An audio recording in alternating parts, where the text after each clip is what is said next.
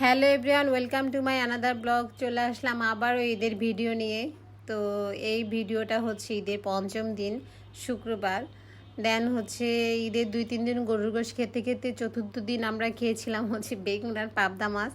তো শুক্রবার ভাবলাম যে শুক্রবার তো মানুষের একটা ভালো দিন, তো কি রান্না করা যায় সকালে ঘুম থেকে উঠে আমি ফ্রেশ হয়ে ফ্রিজের কাছে চলে গেলাম। ভাবলাম যে কি রান্না করা যায়। আর আমার কি একটা কাজ হয় আমি বুঝি না, রান্না করতে গেলে শুধু আমার মনে হয় কি রান্না করব।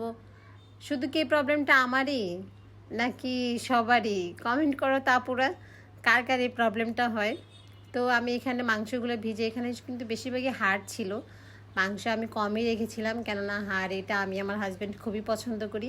তো আমি সিনার হাড়গুলো বেছে রেখেছিলাম কোরবানির। দেন হচ্ছে আমি এখানে মশলাগুলো কষায় নিয়ে এখানে সব মশলাগুলো একসঙ্গে দিছি।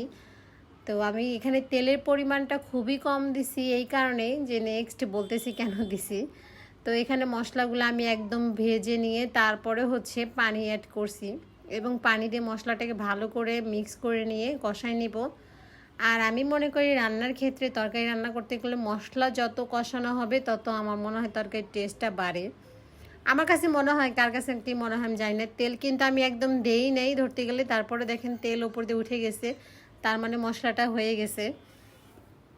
তো মশলাটা কষানো হয়ে গেছে, তার মানে আমি এখানে এখন মাংসগুলো অ্যাড করে দিব।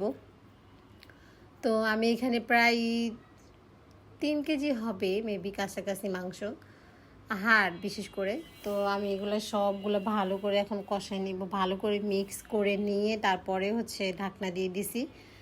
তো আর বিশেষ করে এই প্যানে রান্না করতে গেলে আমার কাছে খুবই ভালো লাগে, বিশেষ করে মাংসটা আমি এই প্যানে রান্না করি, কেননা হচ্ছে নিচ দিয়ে লেগে যায় না, এটাই হচ্ছে সবচেয়ে বড় বিষয়।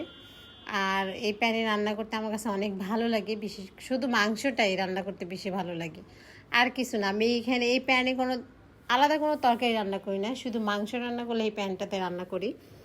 তো আমি যে এখানে কি পরিমাণ মাংসটারে কষাইছি যে বলার বাহিরে।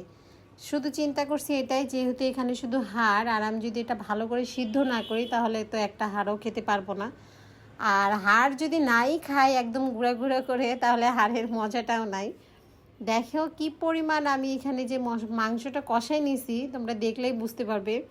আর কত তেল যে উঠছে, আমি এই কারণে আগে তেলটা কম দিছি, যে অনেক তেল বের হবে মাংস দিয়ে। তো হচ্ছে এই যে দেখো আমার মাংসটা অলরেডি কষানো শেষ, এখনই এভাবে খাওয়া যাবে।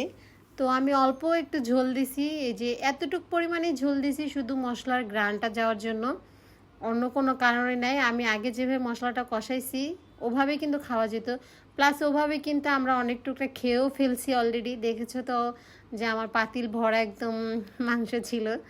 যাই হোক, এটা হচ্ছে ফাইনাল লুক। তো ফাইনালটা দেখে কার কার লোভ লাগতেছে বলো, কারো লোভ লাগলে আমার কিচ্ছু করার নেই। সবাই বাসায় ট্রাই করবা এবং রান্না করে খেয়ে আমাকে বলবা যে কেমন হয়েছে।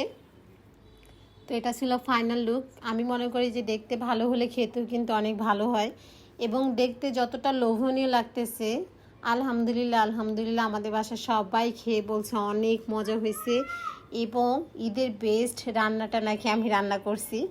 তো আমার ভিডিওটা যদি ভালো লাগে সবাই লাইক অ্যান্ড কমেন্ট করবেন এবং ফলো দিবেন, পাশে থাকবেন, সবাই সাপোর্ট করবেন, অ্যান্ড সবাই ভালো থাকবেন। নেক্সট ভিডিও দেওয়ার আগ পর্যন্ত সবাই সুস্থ থাকেন। আল্লাহ হাফেজ।